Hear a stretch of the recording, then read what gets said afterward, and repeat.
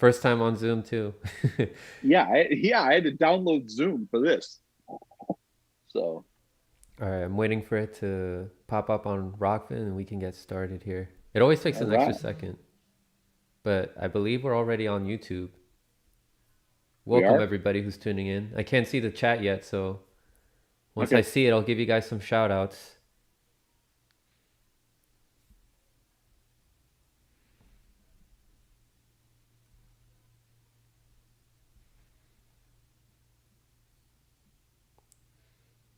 All right, what do we got?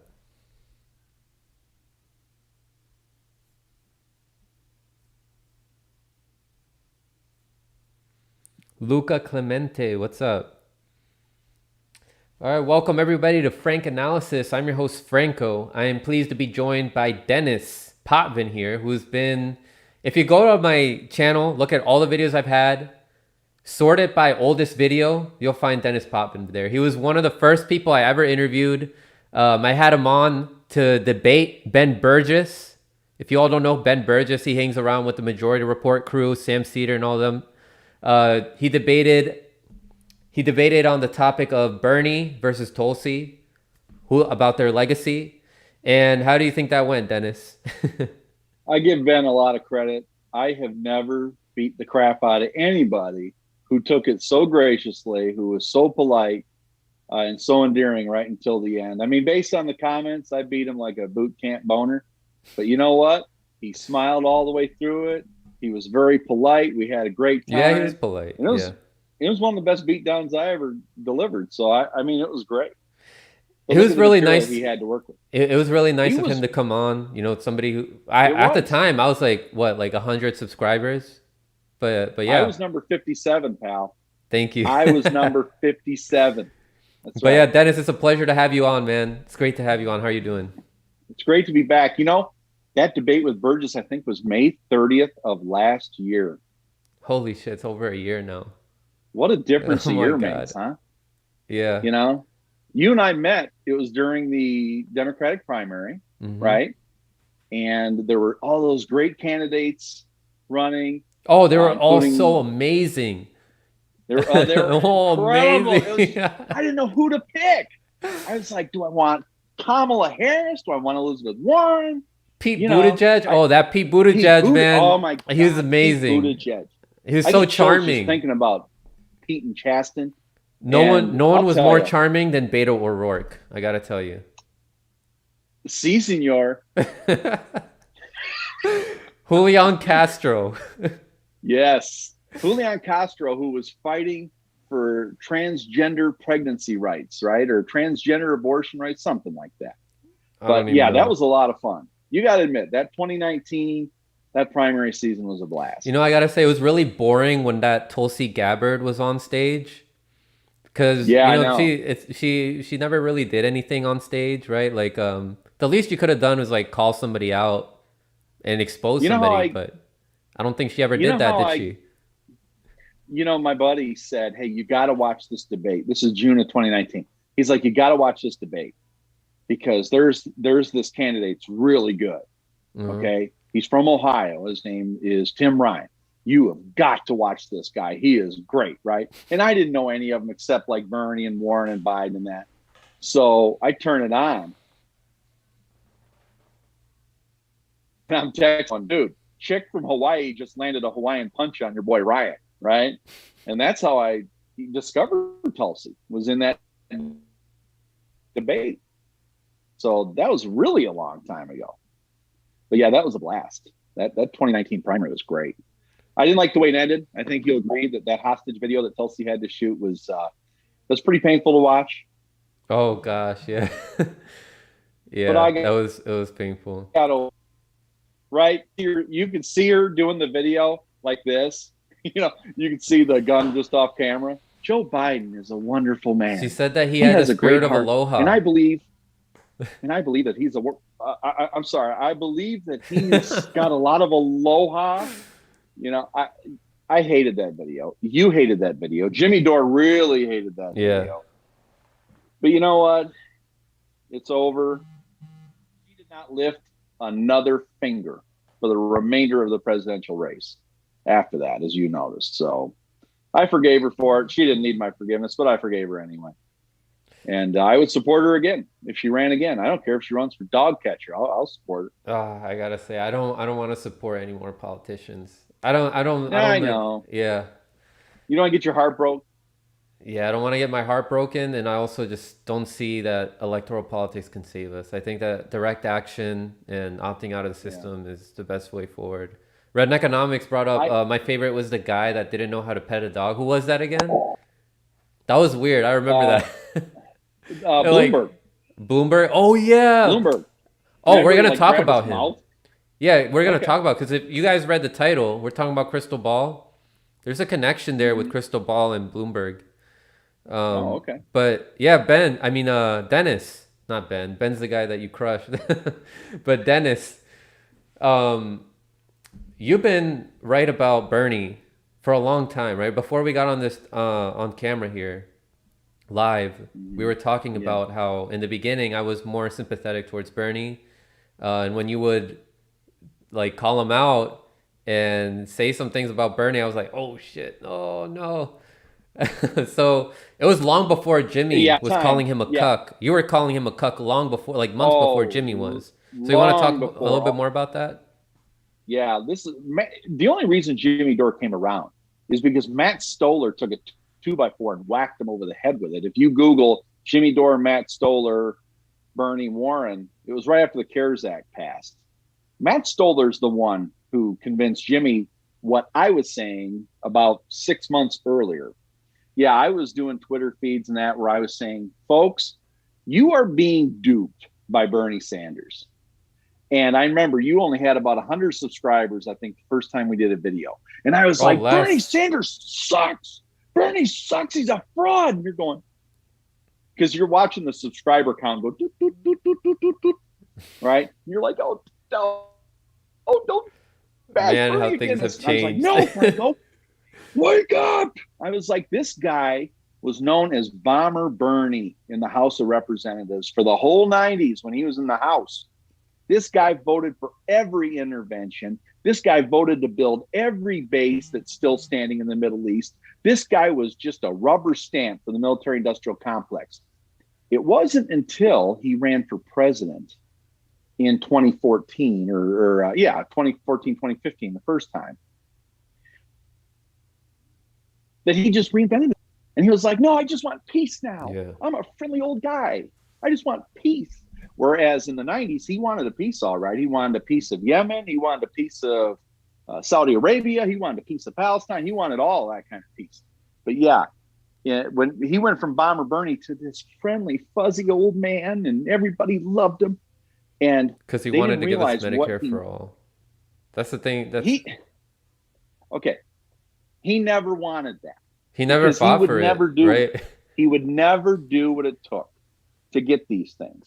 And I was saying this across as many outlets as I could to try to tell people, don't vote for Bernie, vote for Tulsi because she's more realistic. She found out the hard way following him around the country in 2015 and 16. She found out that he was a fraud. So support Tulsi, not Bernie, because Tulsi might actually fight for this stuff. And yeah, it didn't get me any subscribers. I can tell you that. My channel went nowhere, but thankfully it didn't hurt you, man. Your channel's exploding, and I'm just They happy to learned the bring you back truth. on. They learned the truth. Yeah, like it Yeah. was like a little bit before that or a little bit after that. I was like, I mean, it would be good for me, like just to be like, even though I support Bernie, like at the time, I was like, even though I support Bernie, I should still talk about this story here that's from the '90s. Mhm. Someone, an activist who's also was also an academic, wrote the Bernie the bomber story, talking about how he doesn't care about these people in other countries that are getting bombed, that he's still going to side with the Democrats because they made a deal with Mhm. Bernie that they would stay Right. away and they would let him run as an independent for Right. Congress as long as he That's votes right. for whatever they wanted for when it comes to foreign policy. And we see that in this That record. And then yes. all those people that were saying, "Oh, Bernie's the best in foreign policy," who were supporting him. Oh my God, they couldn't have been more wrong. They Couldn't have been more wrong. at Yeah. the, See, he ran for House twice. He ran in '88 as an Indy, and he lost.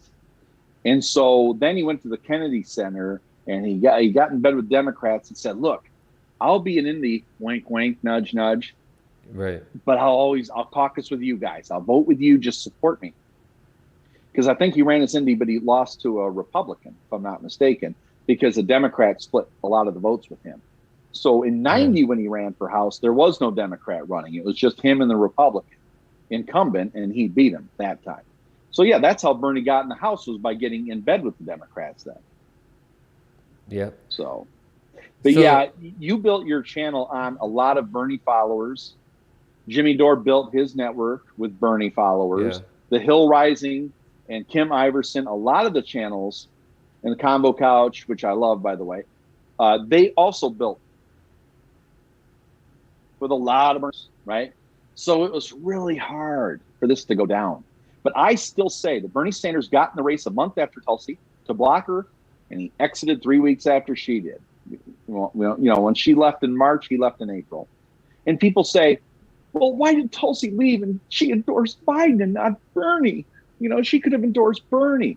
Okay, you realize there were no elections between the time Tulsi left and the time Bernie left. The delegate count was the same. When Bernie exited the race, nothing had changed. Nobody voted. There was 3 weeks off. So that just tells you Bernie was just there until Tulsi got out, and then Bernie said, okay, I'm out, Joe, it's all yours. And the $400 million in donations that he stole from young, gullible, very nice people, he just shifted right over to Joe Biden. Isn't that so disgusting? And then that story that came out That's, recently of AOC giving her money to all these corporate Democrats, the people that they're supposed to be fighting against. Yeah, I mean, yes. people like me, Convo Couch also, because they are also sympathetic towards Bernie. A lot of us, like, we were in for a big rude awakening, and we've come a long way. I don't think we consider Bernie as someone relevant. We haven't considered him relevant in a long time. I see him as Krystal someone Ball in this. does. That was what I was going to get into. Unfortunately, Yeah. there's still a whole Krystal bunch of Ball and people in Kyle independent Kalinske media do. that still praise Bernie Sanders to this day. Like, what the heck are you? Why are you still praising Bernie Sanders? He's not. He hasn't done anything. Yeah. He's a cuck. And you're like, oh, I Right. mean, we criticize him. He's not perfect. No, like, Right. Yeah. he's That's their idea beyond of a not critique. perfect. Yes, he is. And like I said, I get their loyalties because Rising has like 1.3 million subscribers, and probably 1.1 million of them were Bernie bros who were just infatuated with Krystal Ball, right? I mean, let's just be honest. It's not the right wingers with Sagar, because Sagar's basically not even a right winger anymore, right? Crystal's kind of pulled him over to the center, right? Now he's talking about friggin' Dr. Seuss with Republicans who haven't even brought that up in about 3 months. So, yeah, they built that network just like Kyle Kalinske built his network. Kyle Kalinski's got like 900,000 subscribers, and 890,000 of them are Bernie supporters. I mean, let's get real. So that's why they could never go that hard after Bernie. Yeah. Now, channels like Combo Couch, who are great, and yourself, who are great, who actually go out and do real, real advocacy. You actually get out in the streets and do things for direct action.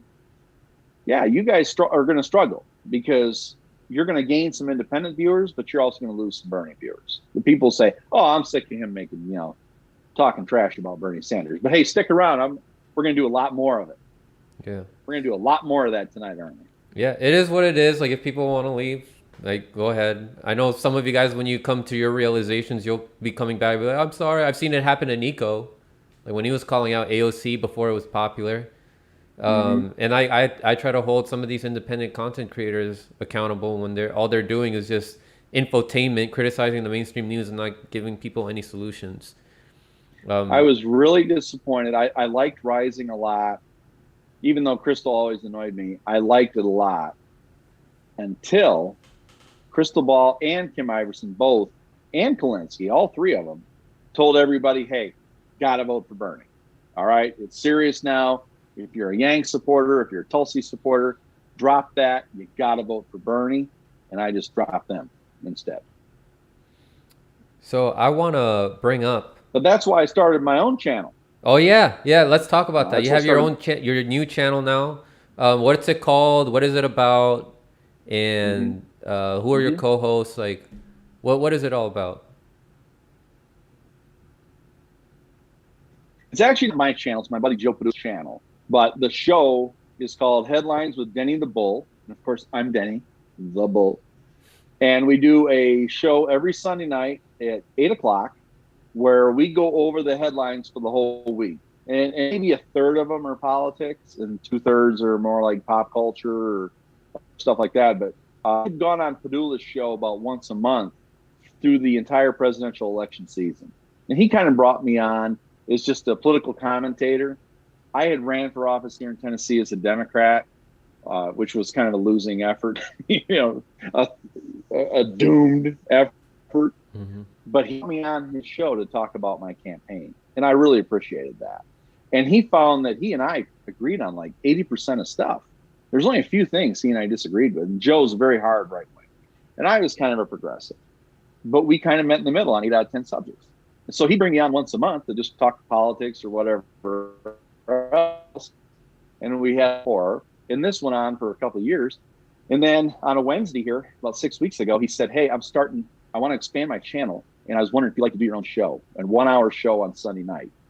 And I was like, oh, cool. What do you want me to do? And he's like, anything you want. Mm-hmm. So I was thinking about when I grew up, and I know I'm a little older than you, Frank, but when I grew up, Howard Stern had an awesome show because Robin Quivers would just say the news in a straightforward way, and then Howard would just shit all over. Mm-hmm. And then she would add, and then he and Artie would really pile on, and it was hilarious. Well, he got away from that, because he got woke and all that stuff. He got old and soft and woke, and so he doesn't do that anymore. But I said, we're going to do that, maybe a little David Letterman kind of stuff from the 80s, a little silly. And so I just started writing a show, and we've been doing it. We've had 6 shows now. So it's Headlines with Denny the Bull. It's on YouTube. It's also on Facebook. It's on the Joe Padula Network. And I think it's a riot. We have a great time. For the Robin Quivers role, I got Jenna Bonacci, who has this awesome radio voice. I mean, she's awesome.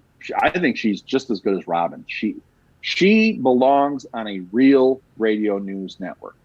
She's just got a perfect radio voice. So when she gives a headline in a very straightforward way, you think, hey, this is a legit news program until I shit on it, right?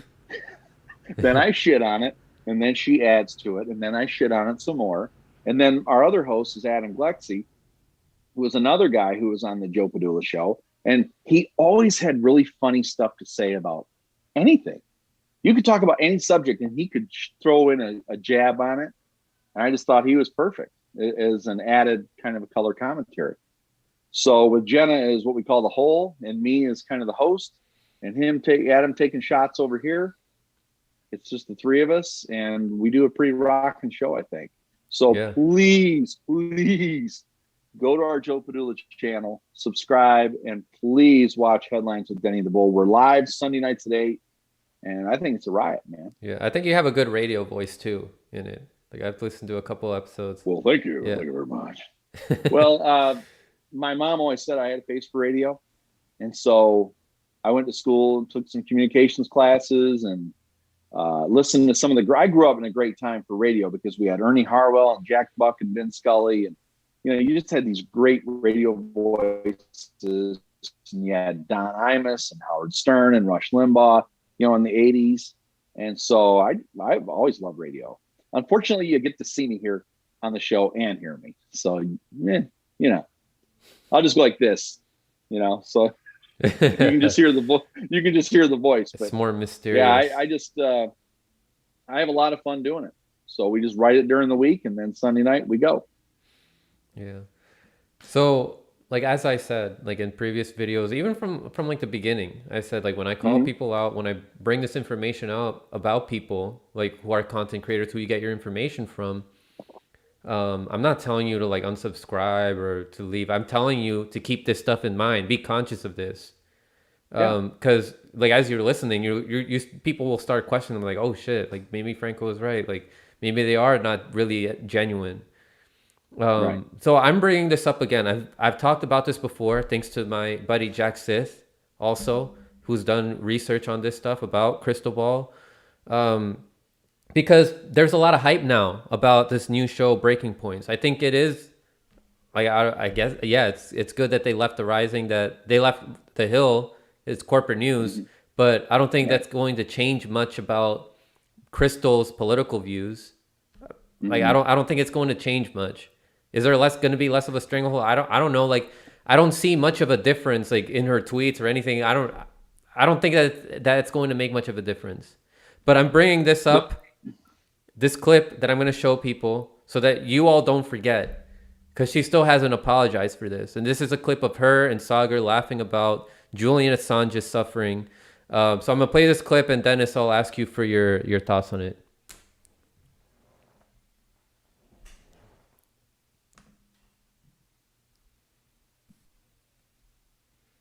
It's not even on, I don't think they have it on their YouTube channel anymore. I try to look for it. You can only find it on their website. But yeah, I'm about to play it right now, Dennis. Okay. Story is really interesting. So a court document inadvertently revealed that WikiLeaks founder Julian Assange will face charges by the Justice Department. Assange's name appears twice in what is an unrelated court filing out of Virginia.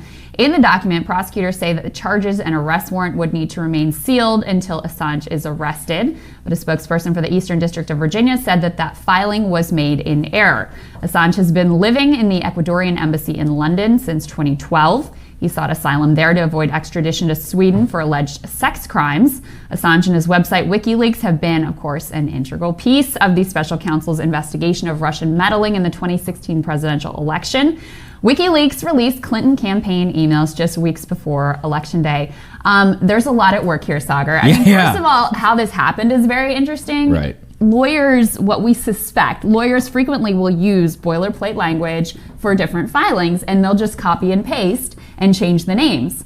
Well, apparently, this lawyer forgot to change some of the names, and so we accidentally learned that Julian Assange has been indicted. So not only that, we might have actually just complicated a very, very fractious diplomacy that's going on right now, because there is a lot of behind-the-scenes negotiations going on between the U.S., the U.K., and Ecuador. Ecuador is completely sick of Julian Assange. They want them to get the heck out of there. They want him out, yeah. Yeah, I mean, it's to the point where... He's been there for 6 years. Not only is that, but Julian refuses to clean up his cat's litter box. He is like...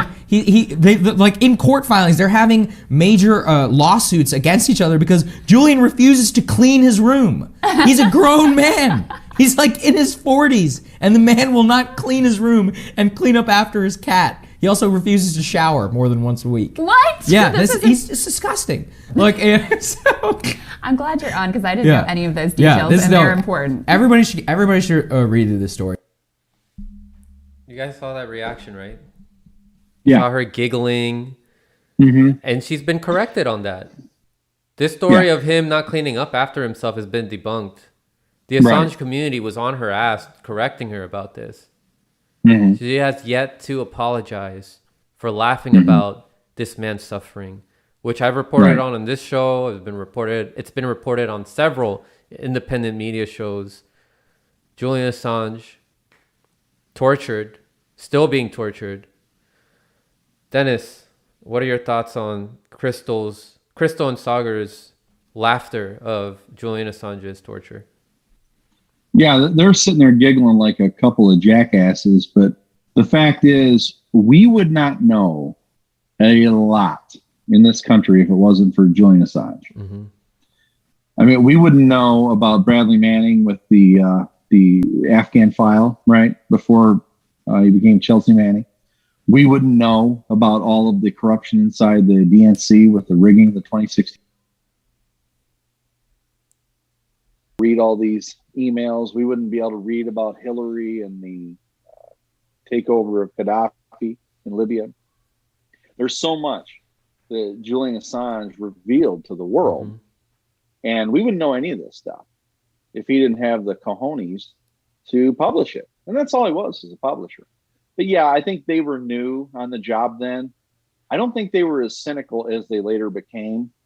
I think it took Bernie getting smeared a couple times before Krystal realized, you know what? Maybe I shouldn't believe every stupid thing I hear about everybody else, because they say a lot of stupid stuff about Bernie, and I know that's not true, right? So I think they were just like a couple of kids at the beginning of that program. I remember Krystal, when the show first started, she would do this. she would do this like laugh. Remember that? Yeah. You know, she'd do indeed. and that would drive me freaking insane, right? Her doing that. Her voice already was driving me insane. But she kind of did a cackle right up there with Kamala. And they would play with each other because remember at that time, Sagar was a former, you know, White House press correspondent. He was, you know, like an assistant to a lot of Republicans, or, you know, he covered a lot of Republicans, I should say. And of course, Krystal was a former MSNBC host who was let go, probably for the reasons I just said. Also for the fact it was hard for her to talk when she had Bernie's left nut in her mouth all the time. All right. So I'm sorry. I don't know if I can say that on your show or not. You're free to say whatever you want. She's always been in the camp of Bernie Sanders. She starts and ends every story with Bernie Sanders is the most wonderful senator in America. Oh, and today in the news, you know, she always starts with that foundation. So unless it's something about Bernie and his quote bowel movement, she doesn't take it seriously. At least she didn't at the beginning. But I think then they became more cynical, especially when they saw this election season live as it was happening. They saw the corrupt. They weren't only exposed to the corruption; they were covering it. And so by the end of the show, when you look at Krystal at the beginning, go back and watch Rising back at Iowa and Nevada. Krystal was so smug and so conceited and just so rapturous about Bernie, right? He was going to win the nomination. I mean, she was just giddy, right? Watch those old clips. Fast forward to the clips they just did a month ago and watch the difference. They're so cynical. They're so... Sagar completely abandoned his whole side, right? Whereas Krystal has her favorites, right? AOC and Bernie, and every other radar was about Bernie. Sagar really didn't have anybody to root for. Who was Sagar's favorite politician right now? No. He pans on Ben Sasse. He pans on Nikki Haley. He pans on Trump, right? I mean, he's basically moving to the middle. She's pulling him to the middle, if not to the left. And so I just saw the real decline of that show. And I unsubscribed after. Once she told everybody, hey, drop all your picks, go with Bernie, I just said, all right, I'm done with this show. And so she's still I very rarely watched it. She's still very apologetic towards Bernie. Even makes excuses for AOC. I had Unapologetic was another YouTuber, Dontel. I had him on the show. We were talking about Krystal Ball and how she's way too nice to AOC. Like and the time when they when her and Kyle were giving Biden the benefit of the doubt when he was saying that he was going to leave Afghanistan, which we were just talking before the show. He's just saying that. It's lip service. Right. They're going to come up with excuses later on to go to like keep the troops in Afghanistan. And it's one thing to be naive during the time, which you brought up. It was a great point. Yeah, they had just started, but that was a clip from 2018. It's now almost 3 years. She hasn't apologized for that yet. Mm-hmm. She hasn't. Right. No. And let's not forget, she's as corporate as they come. She may have her progressive values. Yeah. Yeah, but she's as corporate as they come. And her husband is a venture capitalist. So so she's got lots of money. I remember she on Instagram bikini photos of herself and her family. They had the whole beach to themselves. I mean, the whole beach, as far as you could see, they had to themselves. So she's very conceited. She's a good-looking lady. She's very conceited. Basically, the world starts and stops with Bernie is awesome, and that's where it is. You know, I campaigned for Tulsi. Not only donated to Tulsi, I turned in her petition in Kentucky. I spoke to her personally. You know what? When she dropped out of the race, she was no longer relevant. I stopped talking about it. I haven't brought her up once. I have an hour-long show. We've done 6 episodes. I've never even brought her up. You know why? Because she's not relevant. Bernie Sanders is hardly relevant. But Trump, every other radar, right? In fact, the one sick was they were talking race riots in Minneapolis or something like that. From a race riots there. And crystal balls. So many celebrities, like my supporter, I'm like, girl, if you want to be a legitimate journalist, quit being a cheerleader for Bernie. Quit being a fangirl. She's probably got posters of Bernie in her bedroom. You know what I mean? You can't do that and be a serious journalist. But yeah, she's still doing that stuff. Still, yeah, still. And like I said, I get it. They built their channels on Bernie supporters. I get it, because the mainstream media wouldn't give them a break.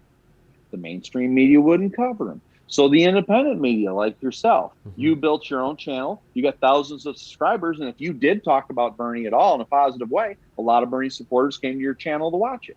So I get it. But the race ended 16 months ago, 15 months ago. All right? Get over it. It's Talk irrelevant about at this something else. point. Right? Bernie's not going to say he this is anymore. irrelevant.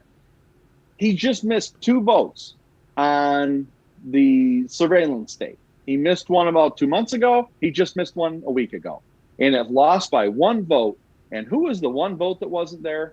Bernie Sanders. He was doesn't off actually doing a care live about stream. the issues. That's why.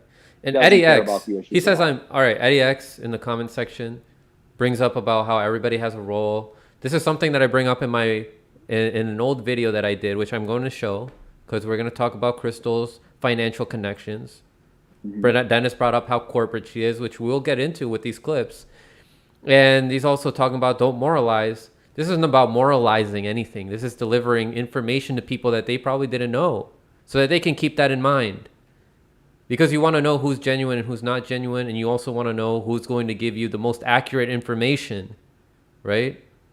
You're going to be listening to people who have these who have these strange biases to this day, like how Dennis was saying, like still talking about Bernie Sanders.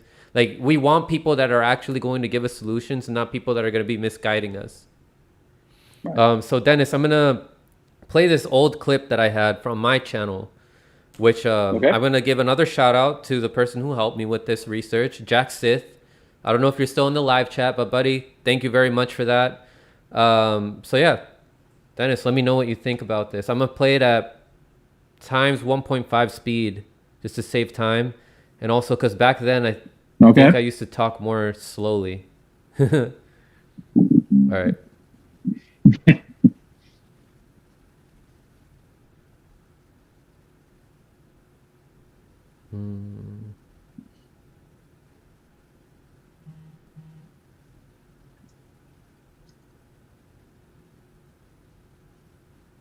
All right.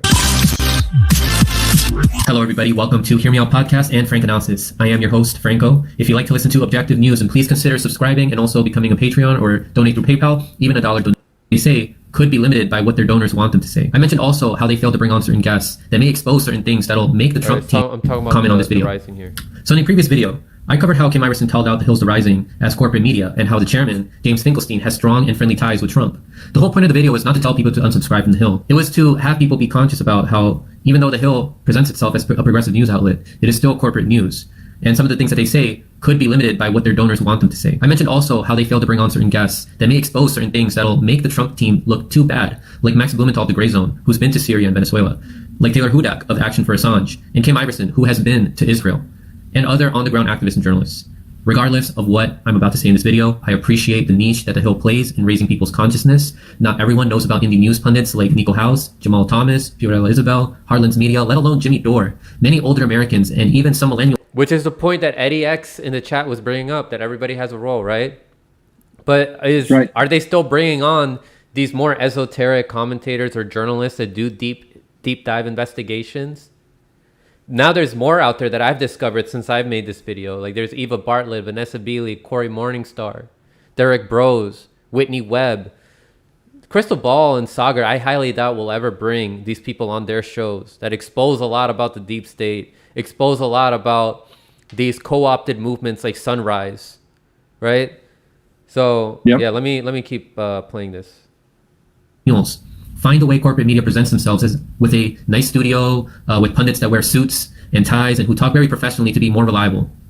So the Hills Are Rising can serve as a gateway to raising people's political consciousness for more people, and they do sometimes bring on guests who are more independent than them. So that could serve as a gateway for certain people into the realm of indie news. However, we still need to know where their money comes from, because money can influence a narrative. If someone receives more money from a corporation than they do from the people, who do you think they're more likely to serve?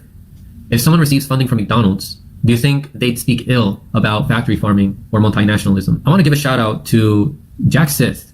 Jack Sith commented on the main HMO channel. I posted this video on Frank Analysis and also on the main channel, HMO Podcast. And Jack Sith commented his very well done research about Krystal Ball and some things that people may not know about her. So he pointed out the fact that Krystal took PAC money in 2008 from Reid Hoffman.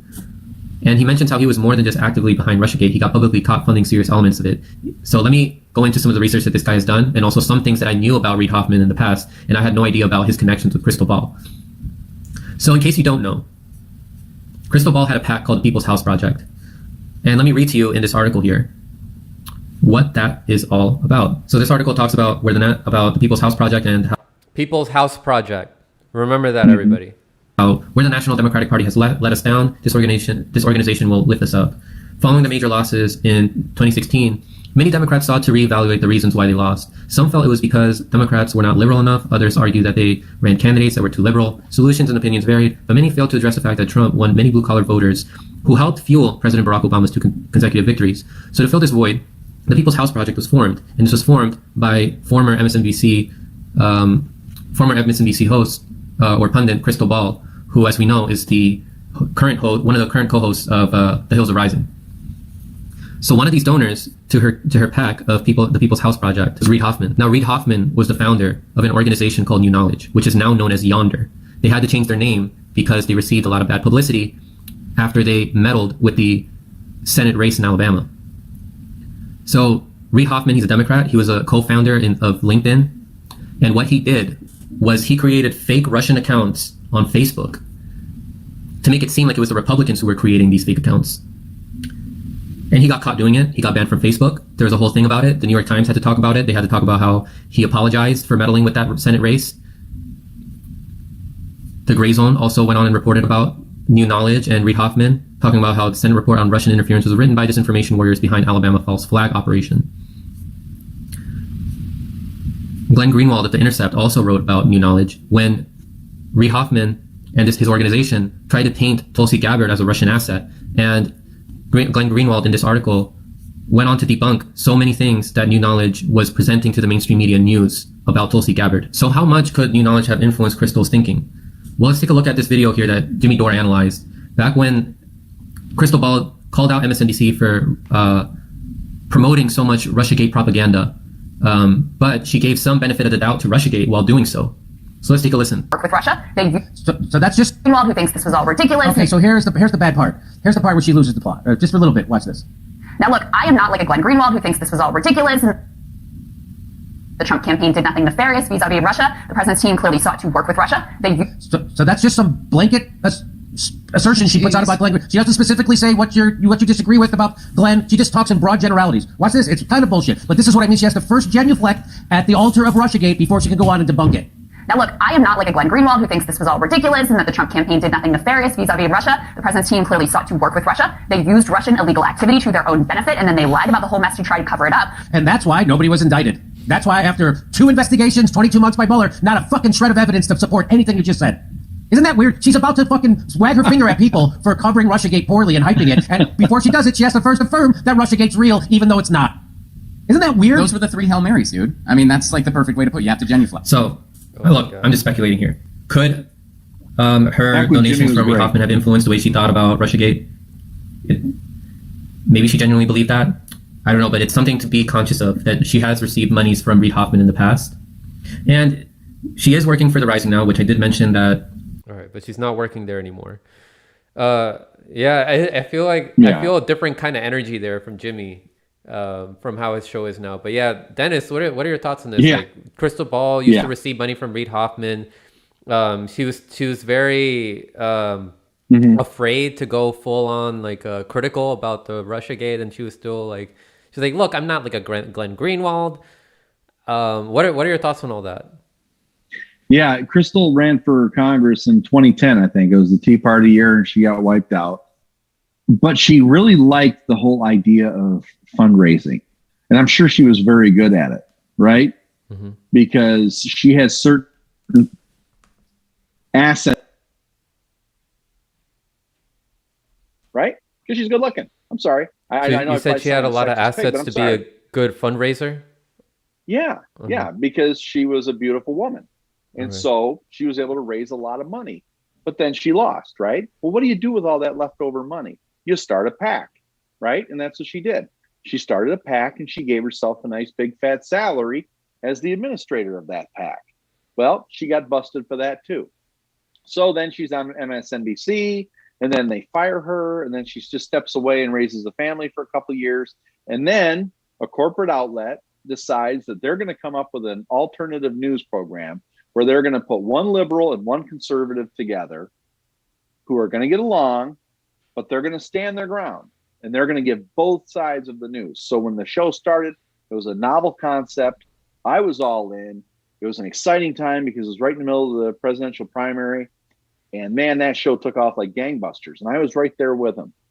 But there is no question that she's been compromised. She's compromised not only by the wealth she personally has because of her husband, but also the money that she got in, A, as a politician, B, as part of this political action committee that she chaired, right, and gave herself a fat salary for.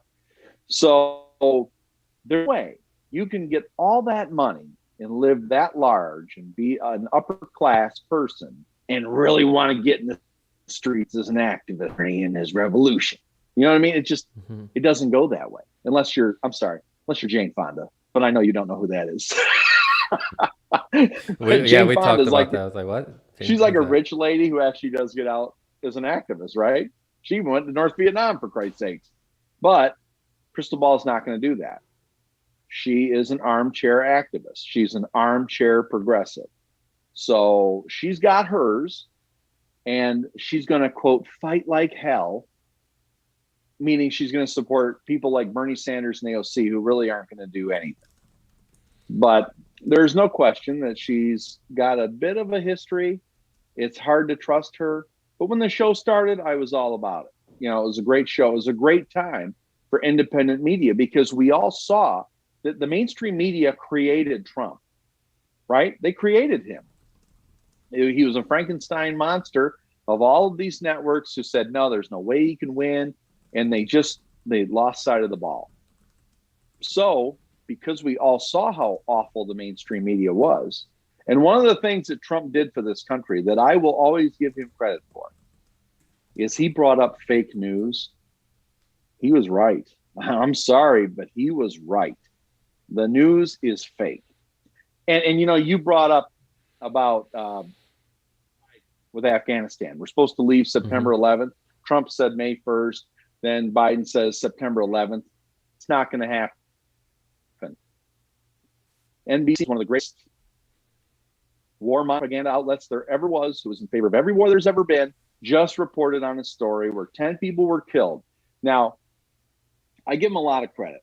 They said they were killed. They were clearing landmines, like old landmines. See, I thought the story would be better if they were saving puppies. They were saving puppies, and 10 of them got killed. But now they went with the landmine line instead of the puppy line. So they went with, because everybody hates landmines. Who doesn't hate landmines, right? So they were clearing landmines, and 10 of them got killed. And you know who killed them? That damn Taliban. So guess what, Franco? We're not going to be leaving Afghanistan on September 11th either. Why? Because NBC News is manufacturing consent just like they always have. Yep. Yeah. So let's talk about like who Krystal's husband is, right? Because I think more people need to know about that. And you brought that up. Yeah. Because it has to do with how much of a corporatist she is, even though she claims to be this progressive, and to be a progressive, like how she claims to be, being a corporatist is diametrically opposed. She's a corporatist like Hillary Clinton's a corporatist. I mean, her daddy, she had a silver spoon from her daddy, and she's got a silver spoon from her husband. And so she's never wanted. So I'm going to play this clip from our buddy Israel from Big Talk, Little Talk that, I hope he's doing well. This is a video, an excellent video that he did a while ago, and then I'll play this, and then we can comment on it.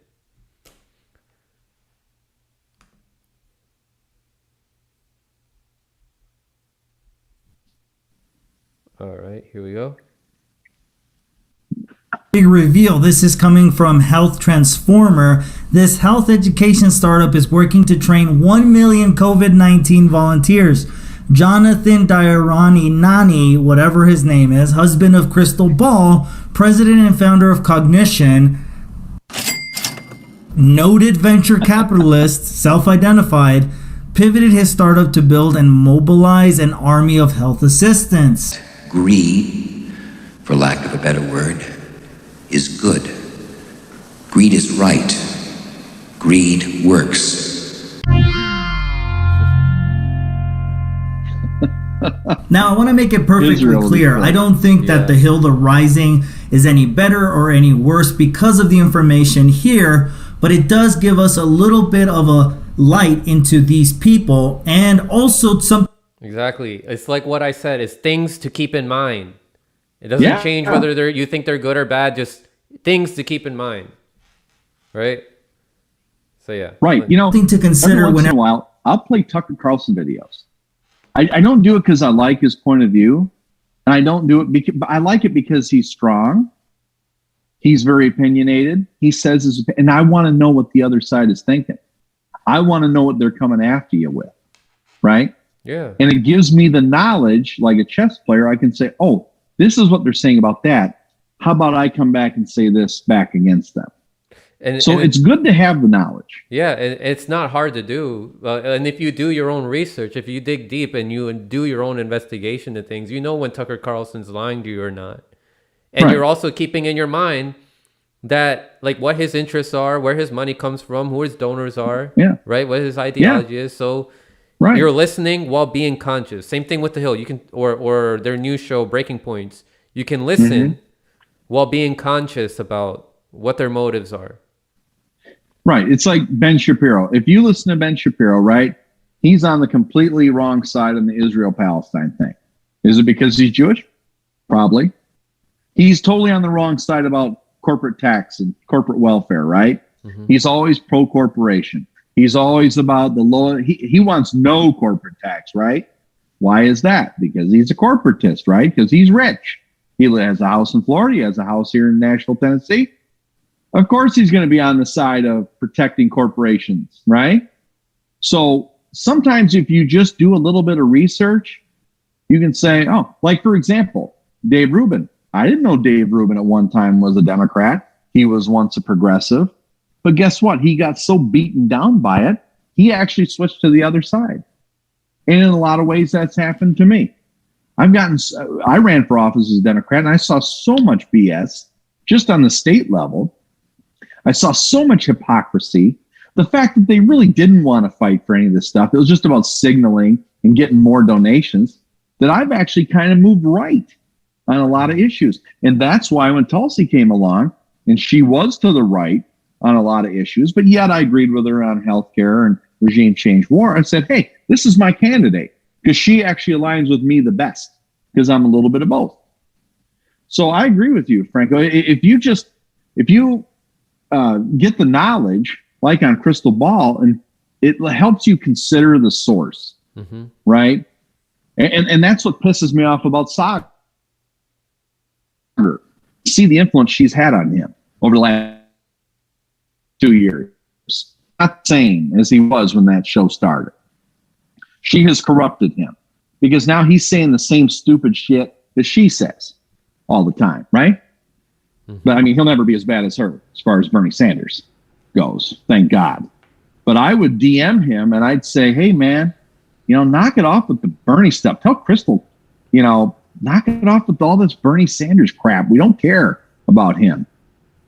So. Yep. All right, so let's hear what else Israel had to say here. Whenever you're looking at news and politics in today's age, You want to know where you're getting these sources from. Now, previously I did a segment outlining some of the corruptive and establishment elements of the Hill itself, the network that Krystal Ball and Saagar Enjeti are both part of with their program, The Hill, The Rising. You can find the link to that video segment down below. I partnered with a couple other YouTubers to look into the research behind it. Now, one of the things that will tie all of this together has to do with schooling and e-learning, online, distance learning. That is what connects all of this. Now, when she was running in 2010 for the US Congressional House seat, it's important to note that her platform was just like any other Democratic platform. In fact, she supported education reform that included charter schools, using technology, alternative certification of teachers, and paying teachers six-figure salaries. And just to show you that this was just another typical liberal race for a Democratic seat, it says here that Ball's fundraising, 72% was from out-of-state donors and 28% in-state. In total, she raised $1.06 million, which was 20% less than her opponent. She ended up losing that race. She owned a lot of stock in K through 12 Inc. K through 12 Inc. is a company that she worked for, exercised her stock options. In other words, she and her husband were heavily involved in it. And this also crosses over to her husband, who, by the way, should be mentioned now on LinkedIn's profile. It says he's a venture capitalist, been a venture capitalist. These are the elites of the capitalists. And meanwhile, Krystal Ball sits now comfortably in her studio at corporate The Hill, The Rising, talking about and demonizing and flaming the flames of contention between capitalists and working people. She sits there while being married to a venture capitalist. Now, Krystal Ball's K through 12 investment wasn't the only investments that her and her husband were a part of that relate to distance learning, which with the COVID-19 situation happening now, they will benefit immensely. So Jim Riley of Virginia VirtueCon looked into Krystal Ball's finances when he noticed the self-described, quote, 27-year-old woman from a family with a sub 100,000 net worth loaned her campaign $150,000. He asked a series of questions surrounding Ball's newfound wealth. So I'm going to touch on this a little bit, but I'll link everything down in the description below so you guys can check it all out. So here are some of the companies that Krystal Ball was involved in, and it shows some of the increase and decrease, kind of what they call a pump and dump business-wise. So Krystal Ball, CFO of Zoma Ventures LLC, CFO of Ed India Solutions, CFO of Genesis Venture Fund India, shareholder of the following: Firefish Inc., Papa Bello Pizza, and Crowd Gather Inc. as well. And it shows here some charts going in order from Firefish Inc. here, showing the growth and decreases of Crowd Gather, Papa Bello Enterprises here.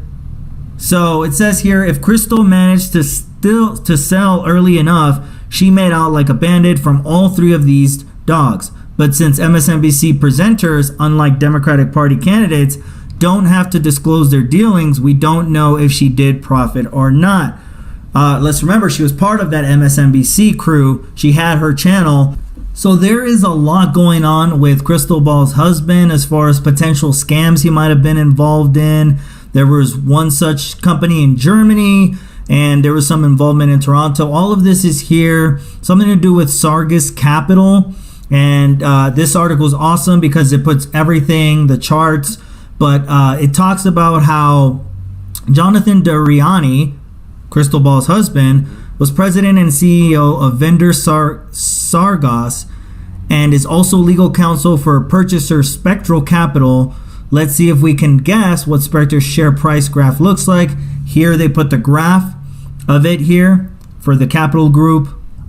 Remember, Cognition is the company they started for distance learning. It says here a couple points. Cognition's core product is an online training course for allied health professionals and certified nursing assistants that is distributed by, among others, the Red Cross.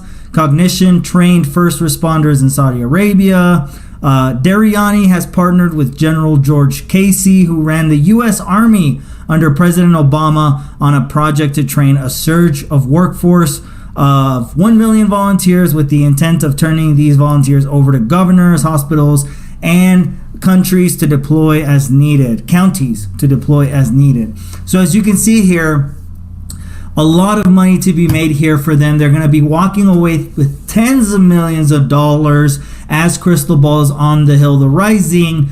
Yep. So that's enough information there. She's gonna make a bunch of money during the pandemic, as people suffered during that time, right? A bunch of people were suffering, and then they took advantage of it using a capitalist system, right? Which supposedly Krystal Ball is fighting against. Yeah. But then here she is profiting off of the pandemic. That's right. She's for income redistribution and socialized medicine. Right. Good enough for thee, but not for me. Right. That's why I said she's sitting comfortably. They brought her in to serve a certain purpose, and that is to speak to the left. But unfortunately, as of late, after 2-0, she's really ripping on Democrats, right? She's really ripping on Democrats except Bernie. And Saga's really ripping on Republicans. Well, if you're the Hill, you're thinking, wait a minute. We brought you in to be the lefty. We brought you in to be the conservative. We didn't bring you two in to be constantly panning on your own party. But that's what they're doing, right? So I have a suspicion that maybe that is part of the reason why they left or were exited. Part of it may have been they've been on the air 2 years. They wanted more money. You know, you never know. But they went independent. I was hoping Saga would go off on his own and break free of her, because I thought, heck, he could have his own show on Fox or something, you know, and you know, get his mind right, and get back to what he was supposed to be doing. Krystal, I'd never watched her again. So I still plan on not watching her again, because I do know her background, do know what vantage point she starts every conversation from. I'm not interested in her point of view because of that. So, but I was there. I met him once here at Politicon in Nashville. Cool guy. So, but it's too bad. He's still joining the hip with her. Between those two and Kyle Kalinske, I'll probably not watch any of their programs again. It's because they still just think about we would be in now. What was that? Sorry, cut off a little bit. Oh, I was just going to say, just think about the state that our media would be in for people like you and people Convo and people months ago. Think about if all we had were the big three networks, ABC, NBC, CBS, like we had in the 80s, right?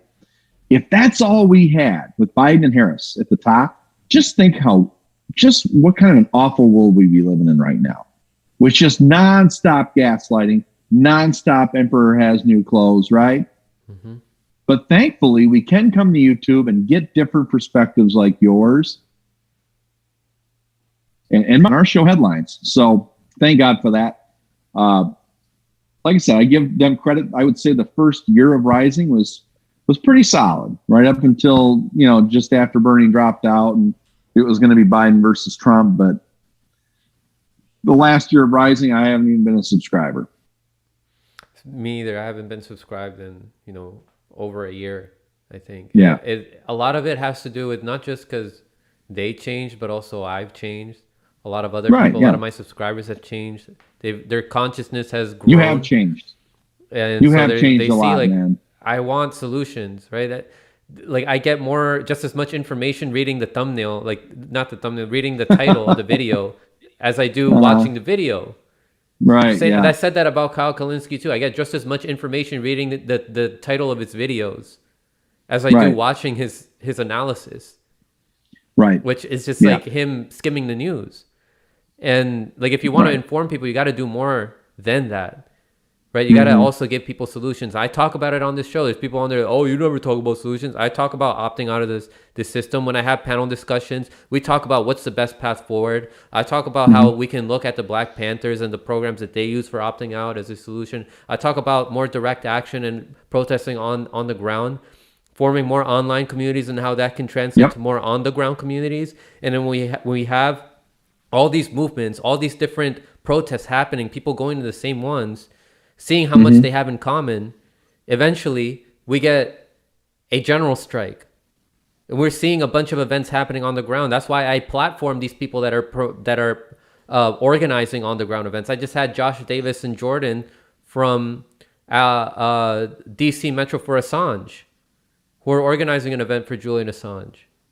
Yeah. We need more of that. But, you know, a lot of these people with a big platform like Kyle, like Krystal, when's the last time they've ever had an organizer that doesn't work for Sunrise or these compromised movements? When have they ever had people like that on their show?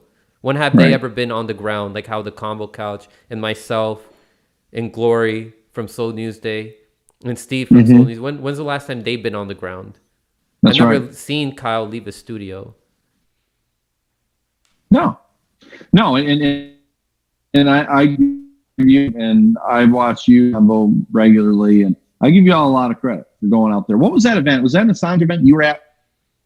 I went to an Combo Assange was event. I went to a Force And I the want Vote to say event. somebody I went to a anti-censorship was it event. maybe it was the Force the Vote event. I saw y'all, and who else was there? Was it Max Blumenthal or who was Oh, they there were other there than you too, and Combo? yeah. There was a third. Yeah, great. One second, let me adjust right? the audio. Because you were sounding a bit louder than me. All right, it should be good now. Oh, that's Yeah, I was Max Blumenthal was there at the Assange event. There was a lot of people there. Anya Parampil, Yeah. Lee Camp was there. And I give you guys a lot of credit for that. That takes guts. Like I said, if Jimmy Dore could get out and do that again, you know, for a while he was. He doing used to do that, He was yeah. He used to do that, but then as soon as COVID hit, he was like on lockdown for 15 months, and he did not leave the garage. And so I think that diminished him a little bit. Plus, he's just so darn cynical now and angry and bitter about TYT. I don't know what's up with that, but he's covering them way too much. Which we agree that but TYT sucks, right? But it's we like agree beating a TYT dead horse completely in a sucks way. balls. You know, I was 47 years old, had never even heard of the Young Turks. I knew Ben Mankiewicz from like Turner Classic Movies. I didn't even know him from Young Turks. But when I started to follow Tulsi, I would look up Tulsi videos, and it would link me to Jimmy Dore, or it would link me to, I think, Aggressive Progressives at the time. And so that's how I discovered Jimmy Dore, was because of my interest in Tulsi in 2019. I'd never heard of him either. But yeah, TYT sucks. I don't watch them. I would never watch them. The only clip of TYT I've ever sat and watched was their 2016 election night meltdown video. That's a classic. That is a classic. There's like a 28-minute version and a 10-minute version. I've watched both of them because I thought that was going to happen again. I really did. I thought that was going to happen again this time. Yeah. I was ready for it, man. I forgot about Meltdown 2.0. Yes. I wasn't ready for Joe Biden to get 10 million more votes than Barack Obama, be the most popular president in the United States history, and get more mail-in ballots than all other elections in American history combined. Yeah, I didn't know that was going to happen. But when we were watching it live, my daughters and I, election night, I was like, he's going to do it. He's going to win again. I mean, it was looking like a blowout. And then, you know, then they're like, okay, time out. We're going to stop counting now. All right, we're done. We're done. We're done. We're going to pick it up in the morning. And then they pick it up in the morning, and all of a sudden Biden was winning. Yeah. Yeah. I was like, what? Yeah. I thought you stopped counting. Flipped. How's he winning now? But, oh, well. So this, I know you're big. Go ahead. I was going to say this cheerleading that we get from a lot of these independent channels. They're supposed to be independent, so they're supposed to see past this two-party illusion. We see this partisan cheerleading that they do, right? Some of them were cheerleading for Biden to win. And even some people who didn't even vote for Biden were like, oh, yeah, I just didn't vote. Or they voted for the Green Party, which they had their own rigged primaries, but that's another story for another day.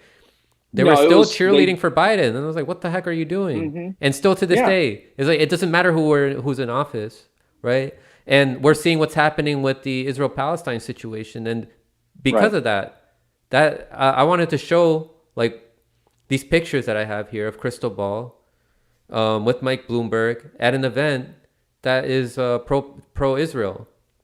So Dennis, let me show this real quick, and I'm gonna ask what your thoughts are on this. So this is sent to me by Hamza in Hamza Mir in who was in the comment section, and then I told him, hey, email me this information. I had seen these pictures a long time ago, but then I forgot and I didn't follow up with it. But since we're talking about Krystal Ball, look at these pictures here. Here she is taking a picture with Mike Bloomberg and some other guy I don't know. Here she is speaking. It says it's called American Friends of Magen David Adom, Saving Lives in Israel. It's another picture. There's more pictures of her. I mean, it's fine if she evolved. It's great, but guys, this is something to keep in mind. This might have something to do with her husband and how he's a venture capitalist and how he negotiates with these Israeli companies. Right. Yeah, Krystal Ball is not going to jeopardize her wealth. She knows what side of the bread is buttered, right? I just messed that up. She knows she knows which side her bread is buttered on. Okay. And yeah, she's gonna roll with it. Again, she's just a fangirl. And she really misses that MSNBC gig. She really misses it, right? And she loved being the belle of the ball, right? Because you can just see she's a cheerleader type, right? It's just that's kind of her type. The big, I smile like a 12-year-old, right? Like I told her when she's 10, smile for your picture. That's how Krystal smiles, right? Actually, the only tweet I've ever had taken down ever on Twitter was about Krystal Ball and how she treated Bernie Sanders. I actually recorded a video, and I recorded a lot of videos when Tulsi was running, and like before I was doing all these little clips. I actually got some good view counts, but I actually doing a Krystal Ball video. I actually got that video taken down by Twitter, and here I thought I was a nobody, right? And they actually took that. I only had like 3,000, Twitter followers, but yeah, they pulled it down. Jeez, it's crazy. Yeah. Well, I mean, the whole purpose here, once again, we said it so many times, is to keep these things in mind. Right. I personally think the Hills of Rising's takes are very stale. Dennis here agrees. And to add on even further, I was just thinking last night about where independent media is now. And to be quite frank with you guys, like no pun intended. No pun intended, yeah. I think that 99% of independent media right now sucks. There's a lot of genuine new channels that are up and coming. I'd rather watch those than the ones with the big platforms that are just criticizing the mainstream media, talking about the same thing they've been talking about for years now. It's so predictable, right? Organize some events, like get your audience involved, right? Have online communities where you interact with them and you guys discuss solutions and exchange information with each other, like deep reporting, right? Documents. Like it's so disappointing to see where independent media is right now. I think a lot of people have lost their flame. They have. That's my fear about Jimmy, because Jimmy at his peak in 2018, 2019, Jimmy was just on fire. I mean, that was the kind of show we all wanted, right? It was like the show Jimmy had. Plus, he was doing his live shows where he was showing clips. Crowd was going crazy. It was just a great time. I wish Hillary had not called Bernie and said, hey, get in the race. Stop Tulsi right now. And he even had a heart attack. Even with a heart attack, he couldn't drop out of the race and say, you know what, Tulsi, who gave up your whole career to support me in 2016, hey, it's all you. I'm going to campaign for you. No, he's such a narcissistic, egomaniac bullshitter. He couldn't even drop out with a heart attack, right? That's when he had to bring the squad in to endorse him. But Hillary basically gave Bernie the call in March of 2019, said, all right, Tulsi's in. And get in there. And so he did. She dropped out, then he dropped out. So, I mean, that's my conspiracy theory about it, because obviously he's an established sheepdog. He's done it twice. But I agree with you. Even the indie media right now, how many videos do we need about Kamala Harris sucks? We know that. Mm-hmm. All right. We know she sucks. We TYT sucks, Jimmy. Quit talking about them. Quit promoting them. That's all he's doing is promoting them. Quit talking about them. We don't care. They're not relevant either. I think what's going to help everybody will be the midterms. Once the midterms really get going, and then I know it's a long ways away, but 2024, DeSantis versus Kamala. I mean, maybe that's when, indie media can really find its footing again. But that Franco, is why I have a show now. What you just said is why I started my own show. Mm-hmm. Because everything out there is so stale and so predictable. Like you said, I can read the thumbnail and I just basically watch the video, right? Yeah. With Kyle Kermit Kalinske, right? The guy that talks like this about, okay, everybody. That guy? Yeah. That's why I started my own show called Headlines with Denny the Bull, right? Because I got Krystal going, oh, Bernie. Oh, my God. Oh, Bernie. Bernie, tell me how great Kamala Harris is. And Kyle Kalinske on the other side. You got the left one, I got the right one. You know what I mean? I'm just so sick of all that shit. Shut the fuck up about Bernie Sanders already. All right? He's not relevant. He's 100 years old, right? He sold you out twice. Give it up, right? So I started my own show, Headlines with Denny the Bull, basically because I wanted something different. I don't want to only talk about politics. About a third of it's politics. I make a lot of jokes that my producer absolutely hates because he's a pro-Israel guy, right? So we'll talk about like John Cena. John Cena, because he made a mistake and called Taiwan a country, right? And so we say, yeah, John Cena had to apologize. He apologized in Mandarin, right? Mm-hmm. In response to this. And also in response, Israel blew up a couple more buildings in Gaza, just for the hell of it, right? So that's like a kind of a typical, we just throw that shit out there, very much like Howard Stern used to do back when he was great. And that's why I did that, Franco. That's why I started this show, because nothing else out there is interesting me right now. I hardly ever finish a video. I'll start a clip. I don't know about you, but I start a clip. I listen for a couple minutes and I go, nah, okay, that's enough of that one. Right? Yeah. I just get bored. I listen to deep analysis videos, like people like looking deep into studies, like scientific studies, exposing the lies about mainstream media narratives regarding, what we're currently going through with the pandemic. So I watch videos like The Last American Vagabond, or I watch people who do investigative journalism on, our foreign policy, like people like Richard Medhurst, people like Robert Inlakesh.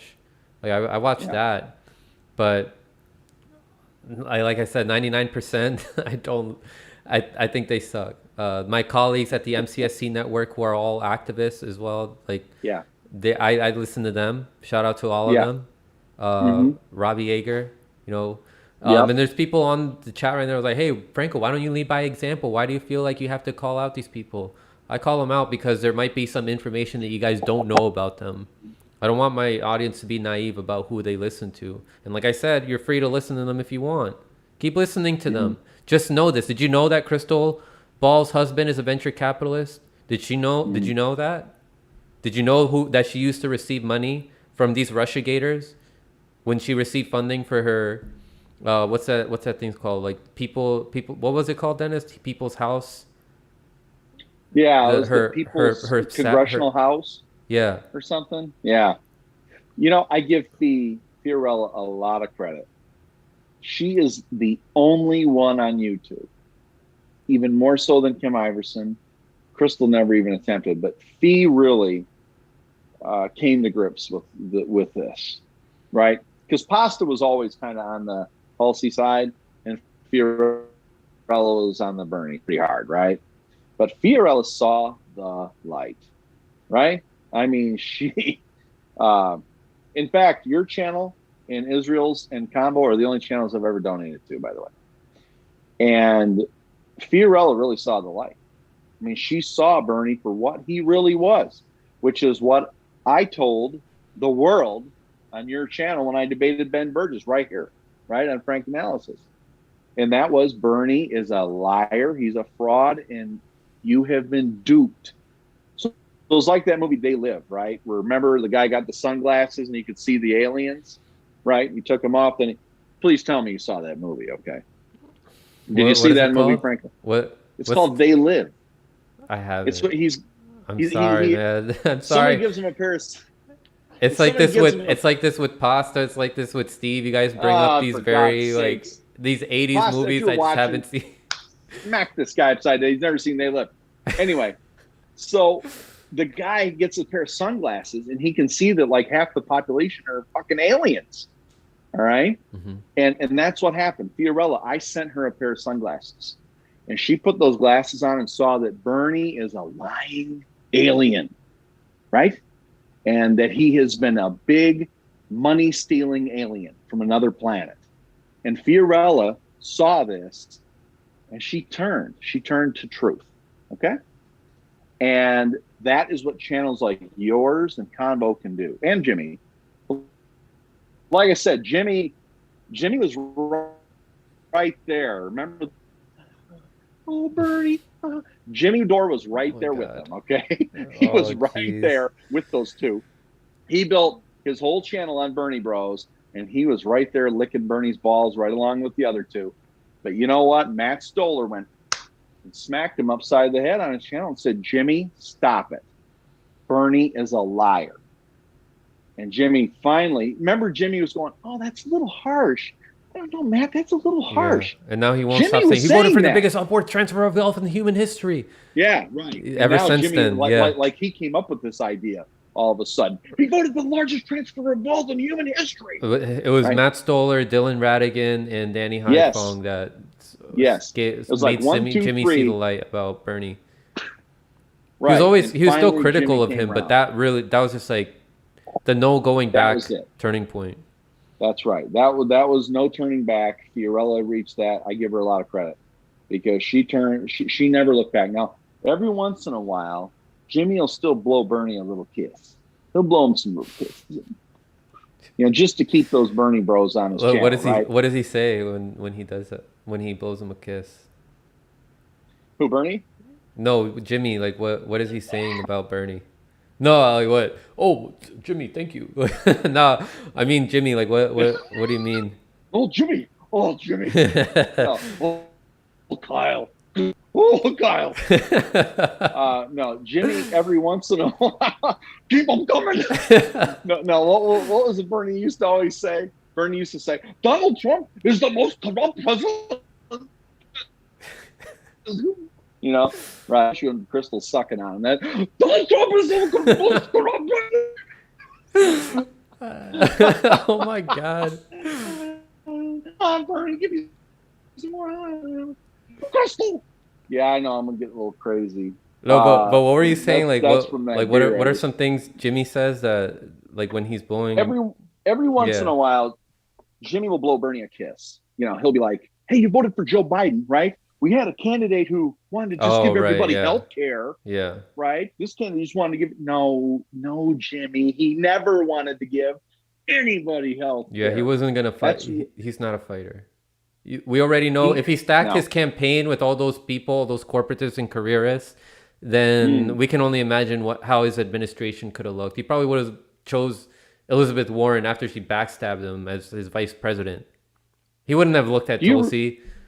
He would have had Elizabeth Warren had somewhere high up in that position. Or Nina Turner, which we're now discovering is also no different from the squad. No different. Different. She's even worse. She's even more of a party girl. She's even more of a, she's going to be another Val Demings or another, who's that Bass, Karen Bass. No, here's the thing is, with Bernie. Why isn't Bernie Joe Manchin? Bernie should be Joe Manchin, right? Joe Manchin shouldn't be Joe Manchin. Bernie should be Joe Manchin. Bernie should have gotten every single damn thing he wanted. Or else I'm not voting for anything. I'm your 50th vote, right? Mm-hmm. Without me, Kamala's vote means nothing. So you realize Bernie Sanders he wasn't going to get 20 or 30% of what he wanted or 50. He could have gotten 100% of what he wanted, just like Joe Manchin does. Joe Manchin gets 100% of what Joe Manchin wants because he knows how leverage works. Bernie Sanders is a coward. That's why he gets nothing. He's got nothing. Everything he's pushed in his life, everything. Vermont has none of it. Vermont does not have a $15 minimum wage, right? $15 an hour. They have. But Dennis, he's the amendment king. That's Bernie your home Sanders state. is the amendment king. What are you talking about, Dennis? Kyle Kalinske talking. Right. Right. He's the amendment king. Right. And I say, okay, name one of those amendments. Yeah, he can't come up with one when I actually ask him. But it sounds good. So yeah, Bernie, they don't have free college in Vermont. They don't have a living wage in Vermont. They don't have health care, single payer health care in Vermont, right? They don't have green energy in Vermont, anything but, actually. They're about as coal heavy as we are down here in Tennessee. So you mean to tell me you have zero influence in one of the smallest states in America? You know, there's 600,000 people in Vermont. I got more than that right here in Nashville. And Bernie Sanders has zero influence in his own home state.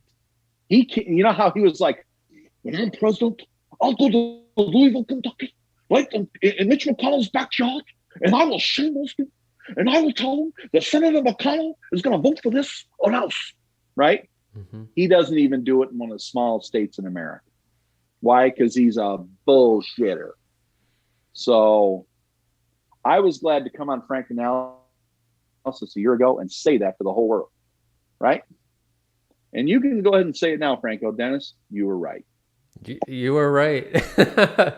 you were right about Bernie. You were right before Jimmy was, and a lot of people give Jimmy credit for being right about Bernie first. But no, he was just the first one out of the people who have beat more than 100,000 subscribers that got it right about Bernie. And I mean, I'm glad like that he saw the light, and I'm glad that he started yelling at some of these other people that were still praising Bernie. Like when he went on Katie Halper's show. Yeah. You remember that, right? Oh yeah, that was brutal. That was brutal. But here's the problem with Jimmy though. Jimmy's at that point now where everybody's not worth a shit, right? So like everybody's worthless. I hate everybody, right? I'm not respected as a journalist, right? Jed Kuger's got 5 million subscribers. I can't get over 667,000 for some reason, right? He's just bitter and angry, and he sounds like he's had all these ideas forever, right? He's like, you guys voted for a guy who voted for the greatest upward transfer of wealth in the history of the United States. So did you, right? So did you. You voted for him too.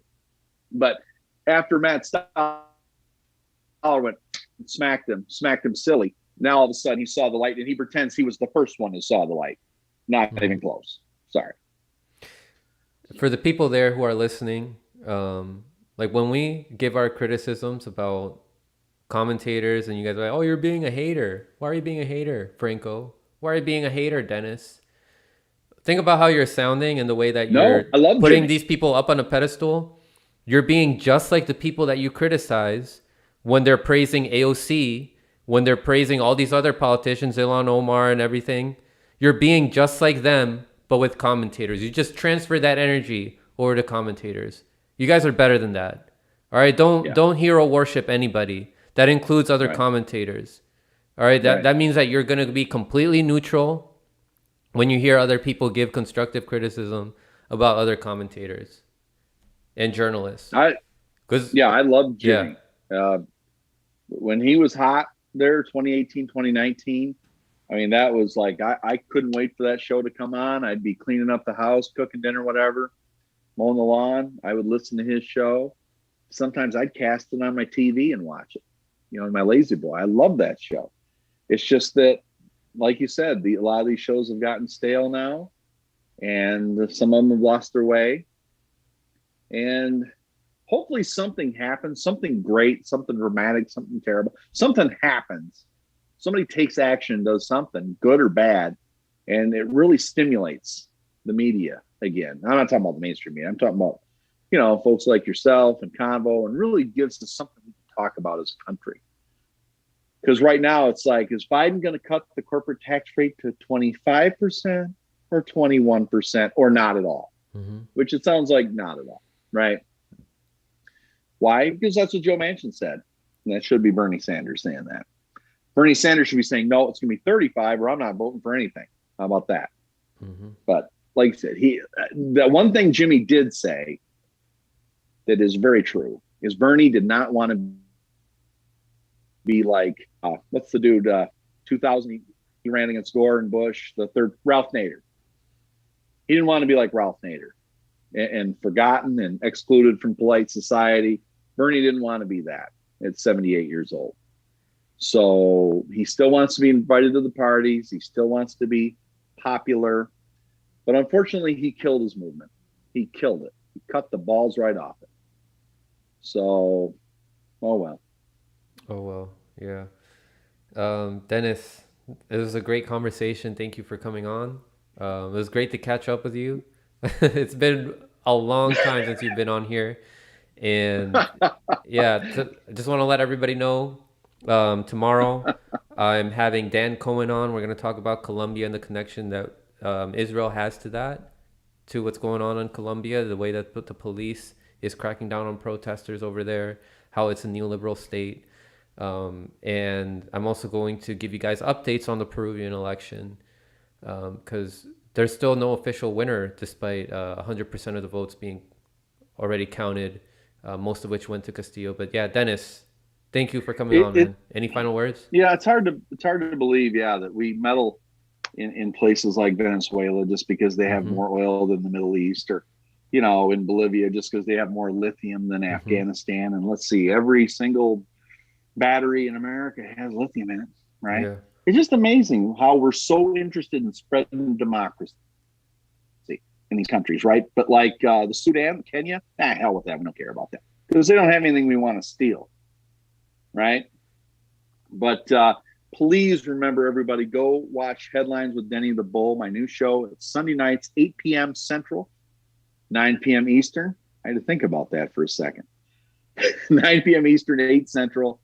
Headlines with Denny the Bull. It's on the Joe Padula Network on YouTube.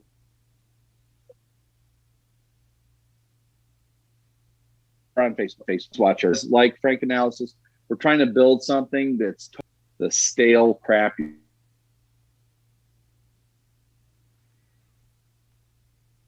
you're getting. All right, can you say that last part again? Because you cut out.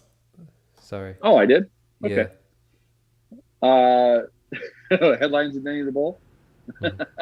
At 8 o'clock Central, that's 9 p.m. Eastern on Sunday nights. There's nothing good to watch on Sunday nights. So watch us, 9 p.m. Eastern, 8 Central. Headlines with Denny the Bull on YouTube, on the Joe Padula Network. Or you can watch us on Facebook. We're live on Facebook as well. There you guys have it. Dennis, thanks again for coming on. And everybody else. It was my pleasure, buddy. It's good to see you, man. Great to see you, man. And everybody else, stay informed. Follow me on Rockfin also. Best way you can support the show. Don't you be cutting that ball licking out of that video now. I'm going to be watching to see if you cut that out. No. I think that's some pretty good simulating I was doing there.